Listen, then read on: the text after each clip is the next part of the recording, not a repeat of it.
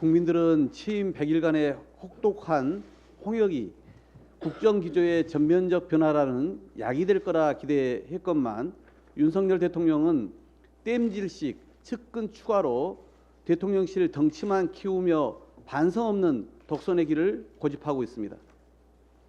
내각인사 대참사, 검찰 측근 기용, 대통령실 사적 채용 등 인사가 제일 문제라고 지금껏 지적해 왔는데 비서실장과 이른바 육상시 등 추천과 검증에 책임이 있는 인사 라인은 여전히 건재합니다. 이런 인사들을 그대로 두고 획관을 더하는 인사가 무슨 인적 쇄신이란 말입니까?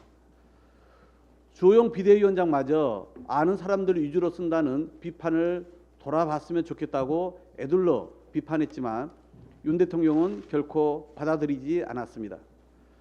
이번 홍보라인 보강이 언론 재갈 물리기를 통한 대국민 통제 강화라는 의구심 또한 거두기 어렵습니다. 지난 4월 윤석열 인수위 인사들이 이명박 정부에서 보도에 개입해 온 정황이 드러난 바 있습니다. 그 언론 통제의 핵심 인물 중 한 명이 바로 김은혜 신임 홍보수석입니다. 아울러 6.1 지방선거 당시 재산 축소 의혹이 불거진 피의자 신분으로 경찰이 이달 중 김 신임 수석을 소환 조사할 예정이라는 보도도 있었습니다. 이러다간 호미로 막을 것을 가래로도 막지 못하는 사태가 초래될 것입니다. 대통령이 달라져야 합니다. 지금이라도 민심을 받들어 국민께 사과하고 국민이 원하는 인적 쇄신으로 국정기조를 전환해야 합니다. 언론 탓, 야당 탓만 하며 민심에 담쌓듯 성렬산성을 높이려 해서는 또 다른 위기를 자초하게 될 것입니다. 다시 한번 윤석열 대통령의 각성을 촉구합니다. 감사원이 졸지에 윤석열 정권의 국정운영 지원기관으로 전락하더니 유병호 사무총장은 정권의 나팔수를 자처하고 나섰습니다.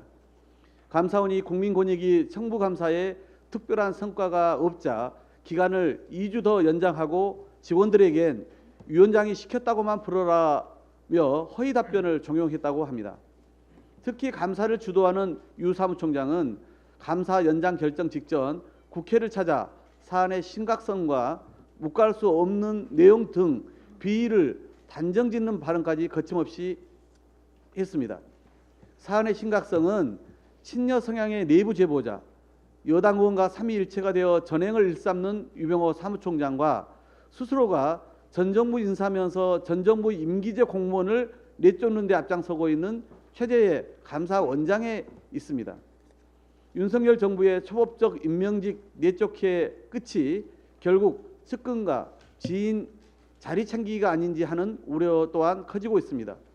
이석현 민주평통 부의장이 사퇴 압박에 직을 내려놓자마자 김무성 전 의원이, 사무처장에는 대통령의 40년 지기 석동현 변호사가 내정됐습니다.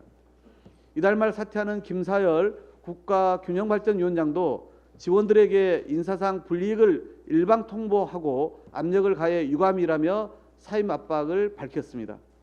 임기가 보장된 임명직을 반강제로 내쫓는 이유가 미리 내정해 둔 측근, 지인들을 위한 것은 아닌지 의심할 수밖에 없습니다.